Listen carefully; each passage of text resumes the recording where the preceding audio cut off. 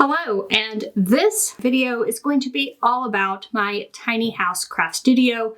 And if you watch the podcast at all, you might recognize the background behind me. So this is where I did the podcast, and I have a ton of lasers up here, so it is very much my laser crafting area. If you watch the other videos that I have, you will know that I have a craft room that I usually craft in that has my DreamBox behind me. I have even a craft closet at my house where a lot of storage of the craft items happen. So we built this tiny house. I have a farm in Tennessee, and we built the tiny house originally as sort of a place for my kids to live as they were transitioning out of the house. It became empty, and originally I wanted an office space to go to that was away from the house to sort of get some separation so I could concentrate more on my business when I was in this space. So originally I was just sort of using it as an office space. I just had a desk. A lot of the furniture that you're going to see in here is just sort of overflow of things that came out of my craft room that I didn't need anymore, or out of my house that I didn't need anymore. And it just sort of landed into this space, and I just started using it as an office. Then we decided to do the podcast, so I made the background behind me because I thought this would be a good place to do the podcast where I was away from everyone else. Because if the podcast gets interrupted, obviously, by someone walking into the room, that's not good. So I thought this would be a good space to do that in. So that's when I brought these shelves behind me. They were in my old craft room. I still had them at the house.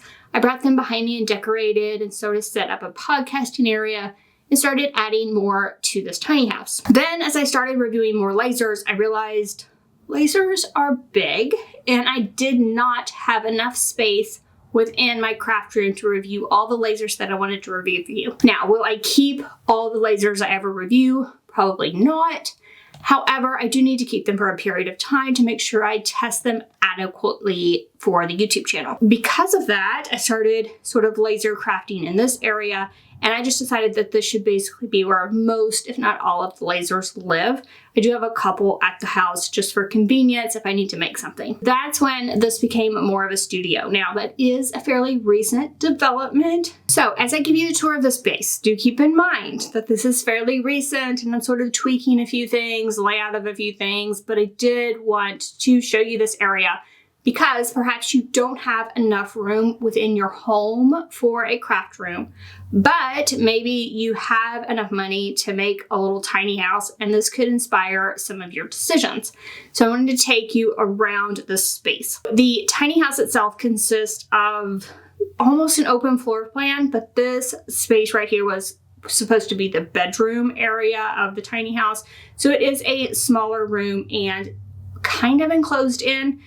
It's sort of open at the top, but it is sort of an enclosed space. So that's where I put the podcasting area. So it'd be a little bit quieter. You're going to see several soundproofing type of things as I pan the camera around.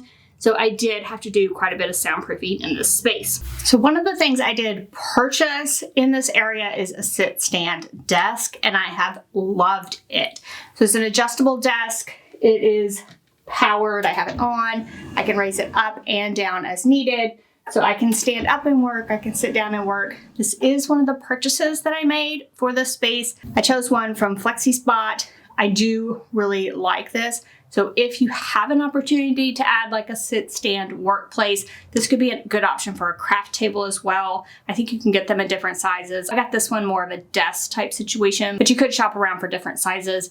I love that I can raise it up and down. Opposite side of the room over here, I do have some lasers, and I have filmed several laser videos from this angle. Now, I will say that I've been sort of working on good options for tables for lasers. I do not recommend the table behind me. I'll probably replace it at some point, but I do like to try a variety of options. This one was not great. Now the lasers on these change out depending on what I'm doing, and there is storage below, so I sort of just swap out the laser that I'm using. And then over here, there's another table with another laser. There are also plenty of lights in this space. I'm purposefully not moving that kind of stuff out of the way within this video so you can kind of see behind the scenes a little bit. And there are plenty of windows in here, and I can bin out a window. Depending on the time of the year, sometimes I do use an air filter, and those are just sitting on the floor in this area. A lot of them are on wheels, so I can wheel them into another room if needed. So the room I just came out of is through this doorway, and you come into this space, and this was like the multi-function room. So this side was a living room. The other side, there is actually a kitchen in this space. This living room area, I've added another table for lasers. This is one table that I will recommend. So you just purchase metal legs on Amazon, and you cut wood pieces to make the top as well as as many shelves as you would like. And you can make it any size you would like. This is extremely sturdy and something we will be using a wide variety of areas, workshops, that type of thing around our home, because it is extremely budget friendly. Did want to mention this table because I do like it for laser crafting. Now right now I just have a small laser on top. It's a very large table. I could fit a couple different lasers if I needed to.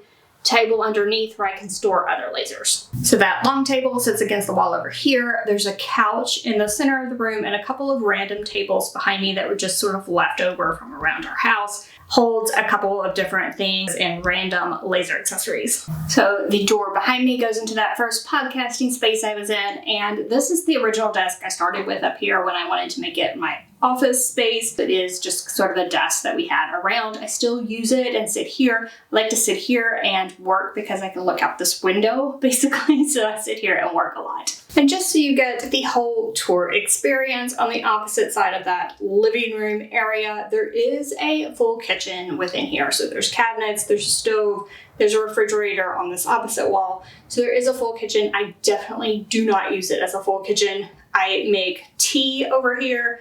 There's a couple of plates just in case that I want something. I've literally never used or cooked in this space. However, the appliances are still in here. And to round out the tour of the entire space, there's a small hallway as well as a bathroom behind the wall behind me. And in the hallway area, there is some shelving, and I store tons of different blanks there. So that is a lot of my blank storage. And my Cricut bencher actually ended up here.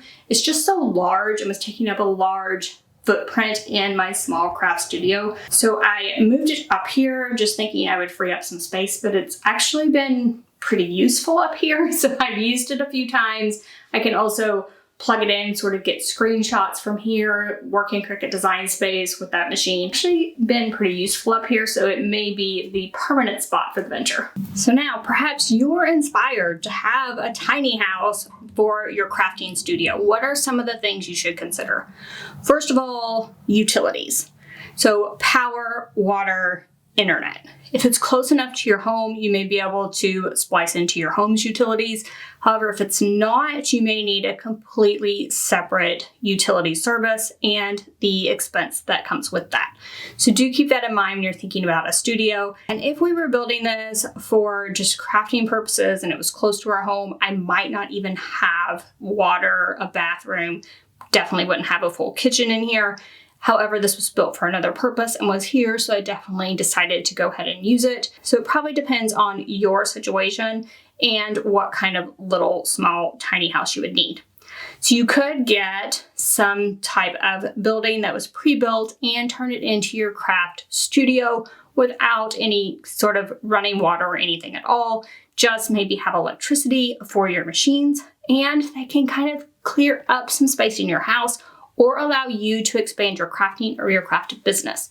So I do think a tiny house might be a good option for a lot of people, or a craft studio, whatever you want to call it. This could be a good option. Now, you always want to check with your local government and any regulations in your neighborhood before you add a structure like this. However, once you clear those hurdles, perhaps this might inspire you to have a crafting studio all of your own and a little craft shack where you can craft away from everyone else and enjoy your craft projects or your craft business.